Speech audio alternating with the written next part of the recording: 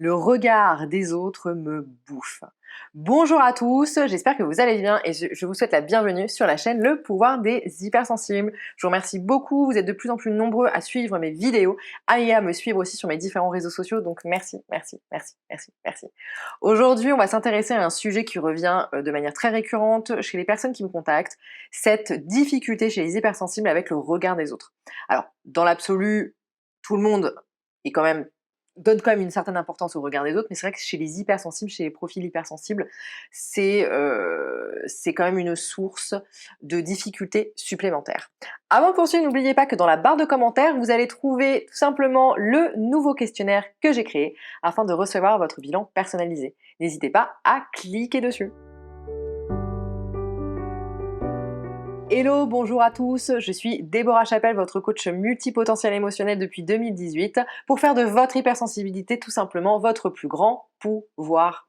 Avant de poursuivre, n'oubliez pas, il vous suffit de faire juste une petite chose, activer la cloche pour vous abonner à la chaîne Le Pouvoir des Hypersensibles afin de recevoir toutes mes vidéos directement sur votre boîte email. Le regard des autres me bouffe. Comment finalement se libérer du regard des autres? Je sais que c'est vraiment une difficulté supplémentaire chez les hypersensibles. On a quand même quelque chose, un rapport avec le regard des autres, avec notre image qui est source d'angoisse, source de conflits internes supplémentaires par rapport à un mode de fonctionnement plutôt normaux-pensant, on va dire ça.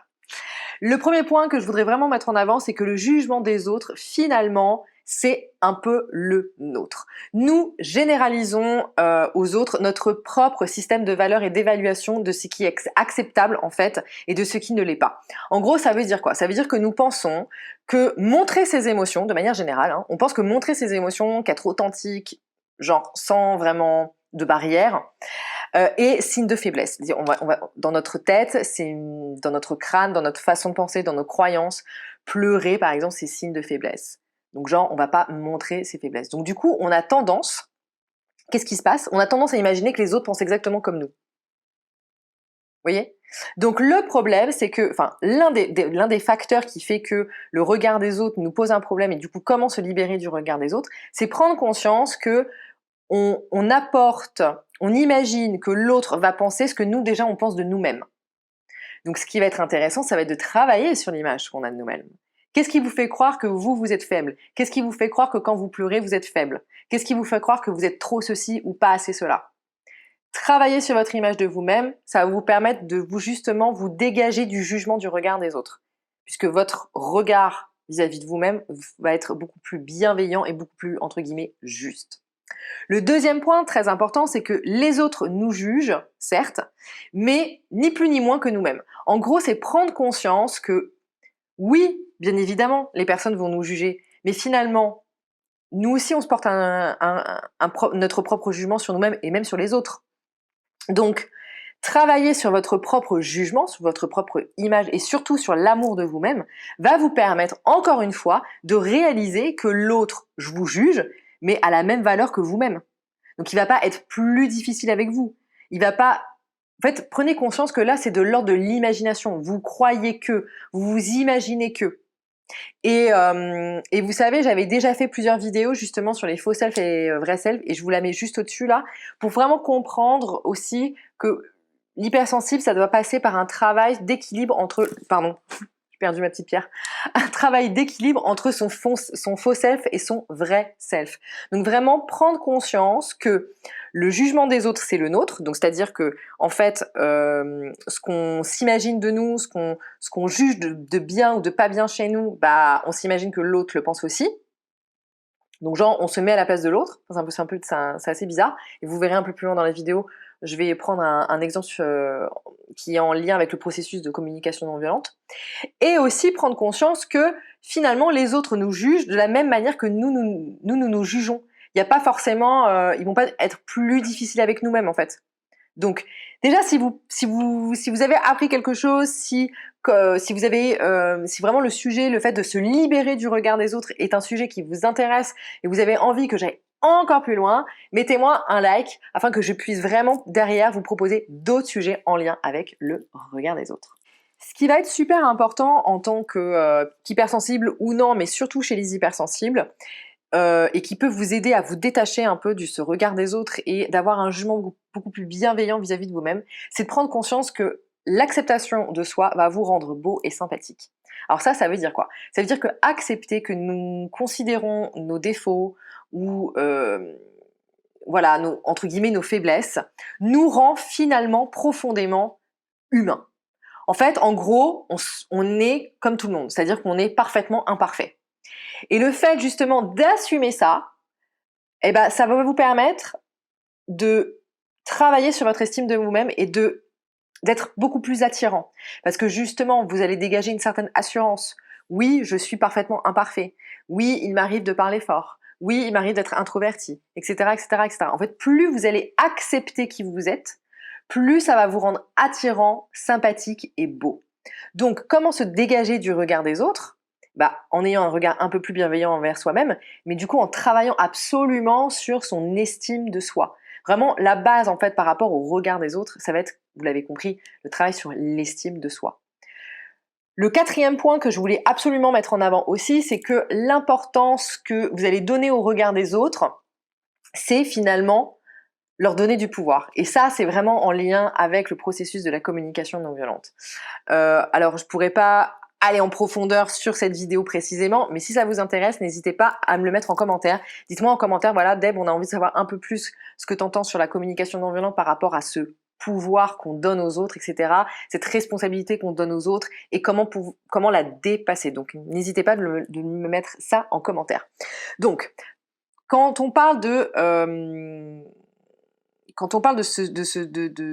ce fait bien spécifique, c'est-à-dire de donner du pouvoir à l'autre, je vous explique.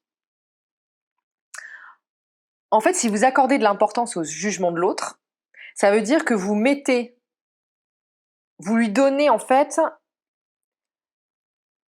alors un pouvoir, mais j'aimerais bien trouver un autre mot, mais vous lui donnez le jugement de votre propre valeur. Je vous explique.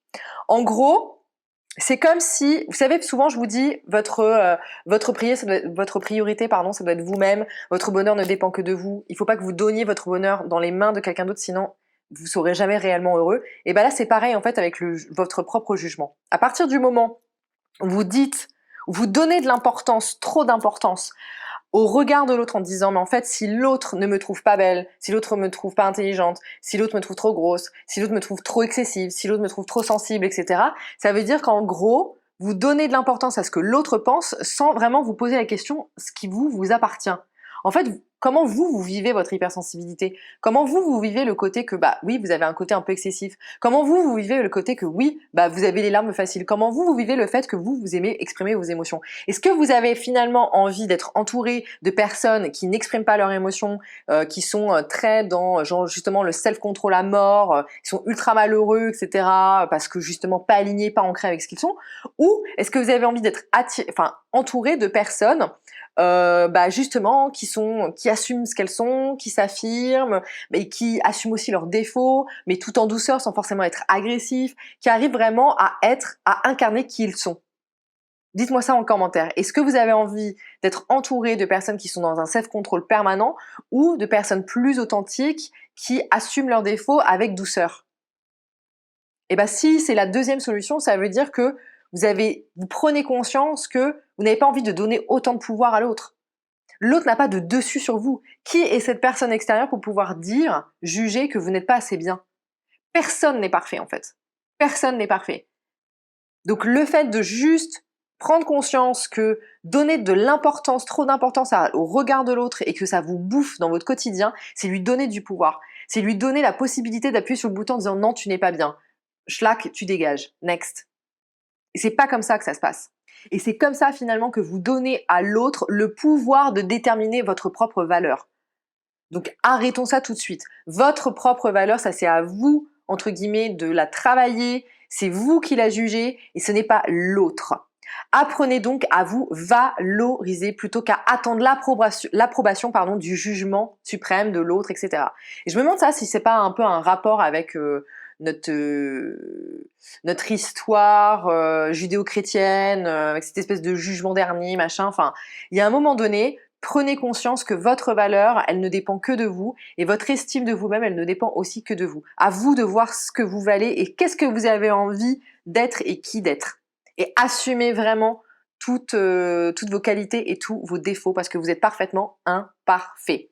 Pour aller plus loin, je vous mets juste au-dessus une vidéo, les 4 clés pour changer sa vie et augmenter sa confiance en soi dès maintenant. Et enfin, donc quand on parle du regard des autres, etc., sur cette question bien précise, sur comment en fait se détacher du regard des autres, pourquoi ça a autant d'importance pour moi, etc., c'est de prendre conscience qu'en fait, vous devez travailler sur votre estime de vous-même. Je rappelle que pour travailler sur l'estime de soi, l'acceptation de soi, vous devez travailler sur votre image, sur votre amour de soi et enfin sur la confiance en soi. En travaillant sur votre image et l'amour de soi, vous allez pouvoir forcément jouer sur la confiance en vous-même.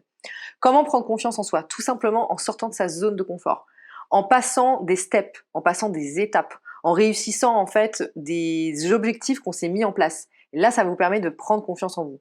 Vous serez jamais à 100% à chaque fois sur les 3 au même moment et dans les différentes sphères de votre vie. C'est-à-dire professionnelle, personnelle, amicale, etc., etc. C'est pas possible. Vous avez forcément des choses à travailler et puis ça fait partie de la vie. Et puis on change, on évolue, nos envies évoluent. Donc l'idée ici, c'est vraiment déjà de travailler sur qui vous êtes profondément de base. C'est-à-dire quelles sont vos valeurs profondes, quels sont vos besoins profonds, qu'est-ce qui est vraiment important pour vous. Et pour ça, moi, je vous invite à remplir le questionnaire que j'ai créé, qui va vous permettre tout simplement de recevoir derrière votre bilan personnalisé pour pouvoir travailler ensemble sur un accompagnement qui est vraiment en lien avec votre propre problématique. N'oubliez pas le 23 août, ma webconférence sur mon enfant est-il hypersensible, la méthode TESEC. Je vous invite vraiment à y participer parce que tout commence par l'enfant qu'on a été pour déjà comprendre un peu son hypersensibilité. Et enfin, il y a toujours en fait le moment que tout le monde attend, les questions-réponses en live. Donc je réponds à vos problématiques en direct. Voilà, donc n'hésitez pas à prendre vos places. Webconférence gratuite mais place limitée.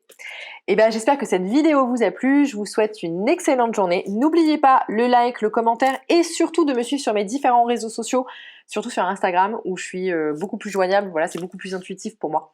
Voilà, je vous remercie énormément. Je vous souhaite une superbe journée. Je vous dis à très vite. Ciao.